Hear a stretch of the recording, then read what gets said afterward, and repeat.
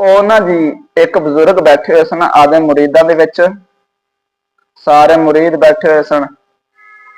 ਇੱਕ ਅਹਿਲ ਹਦੀਸ ਵਲੀਆਂ ਨੂੰ ਨਾ ਮੰਨਣ ਵਾਲਾ ਅਹਿਲ ਹਦੀਸ ਵਾਬੀ ਆ ਗਿਆ ਜੀ, ਬਾਬੇ ਦੇ ਦਰਬਾਰ ਦੇ ਅੰਦਰ ਆਇਆ ਤੇ ਇੰਜ ਵੇਖ ਕੇ ਸਾਰੇ ਪਾਸੇ ਤੇ ਜਾੜ ਲੱਗਿਆ ਨਾ, ਤੇ ਬਾਬਾ ਜੀ ਨੇ ਬੁਲਾ ਲਿਆ, ਆ ਅੱਲਾ ਦੇ ਬੰਦੇ ਜ਼ਰਾ ਇੱਧਰ ਆਇਆ ਜੇ। ਉਹ ਜਦੋਂ ਆਇਆ ਨਾ ਤੇ ਬਾਬਾ ਜੀ ਨੇ ਪੁੱਛਿਆ ਵੀ ਕਿੰਝ ਜਾਣਾ ਹੋਇਆ, ਤੁਸੀਂ ਵੇਖ ਕੇ ਵਾਪਸ ਜਾ ਰਹੇ ਜੇ? ਉਹ ਕਹਿੰਦਾ ਜੀ ਮੈਂ ਬਸ ਵੇਖਣ ਆਇਆ ਸਾਂ ਵੀ ਇਹ ਕਿਹੜਾ ਜਾਲ ਹੈ ਜਿੰਦੇ ਵਿੱਚ ਇਹ ਬਾਬੇ ਬੰਦੇ ਫਸਾ ਲੈਂਦੇ ਨੇ, ਇਹ ਕਿਹੜਾ ਜਾਲ ਹੈ ਜਿੰਦੇ ਵਿੱਚ ਬੰਦੇ ਫਸਾ ਲੈਂਦੇ ਨੇ। ਉਹ ਬਾਬੇ ਨੇ ਆਖਿਆ ਛੱਡੋ, ਬਹਿ ਜਾਓ ਇੱਥੇ, ਤੁਹਾਨੂੰ ਕੋਈ ਨਾਸ਼ਤਾ ਪਾਣੀ ਕਰਾਣੇ। ਕਹਿੰਦਾ ਨਹੀਂ ਜੀ ਮੈਂ ਨਹੀਂ ਖਾਣਾ। ਉਹ ਬਾਬਿਆਂ ਨੂੰ ਹਮੇਸ਼ਾ ਤੋਂ ਗੁੱਸੇ ਆਉਂਦੇ ਹੀ ਨਹੀਂ ਹੁੰਦੇ, ਜਿਹੜੇ ਅੱਲਾ ਵਾਲੇ ਹੁੰਦੇ ਨੇ, ਉਹ ਜਿਹੜੇ ਵਲੀ ਹੁੰਦੇ ਨੇ ਉਹਨਾਂ ਨੂੰ ਗੁੱਸੇ ਆਉਂਦੇ ਹੀ ਨਹੀਂ ਹੁੰਦੇ।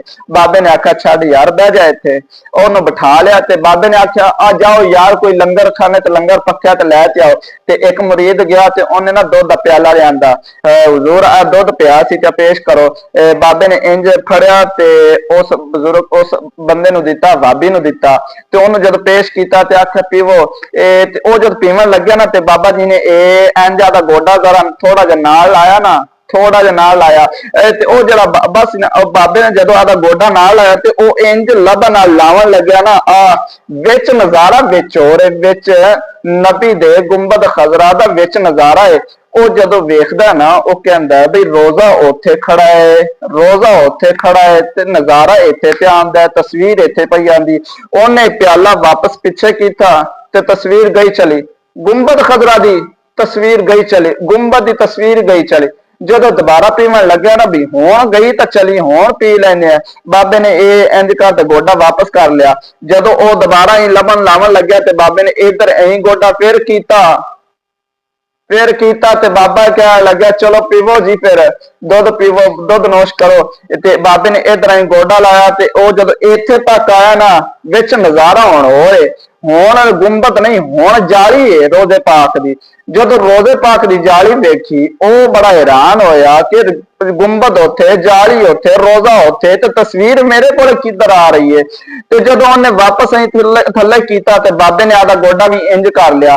ਤੇ ਜਦੋਂ ਗੋਡਾ ਇੰਜ ਕੀਤਾ ਤੇ ਤਸਵੀਰ ਫਿਰ ਗਈ ਚਲੀ। ਹੁਣ ਜਦੋਂ ਤੀਸਰੀ ਵਾਰੀ ਹੋਇਆ ਨਾ ਤੇ ਉਸ ਬੰਦੇ ਨੇ, ਉਸ ਵਾਬੀ ਨੇ, ਉਹਨੇ ਫੇਰ ਜਦੋਂ ਪੀਣ ਦੀ ਕੋਸ਼ਿਸ਼ ਕੀਤੀ, ਉਹਨੇ ਇੱਥੇ ਲਿਆਂਦਾ। ਹੁਣ ਜਾਲੀ ਨਹੀਂ ਹੈ, ਹੁਣ ਸਿਰਫ ਜਾਲੀ ਨਹੀਂ, ਗੁੰਬਦ ਨਹੀਂ, ਹੁਣ ਵਿਚਲਾ ਨਜ਼ਾਰਾ ਹੈ।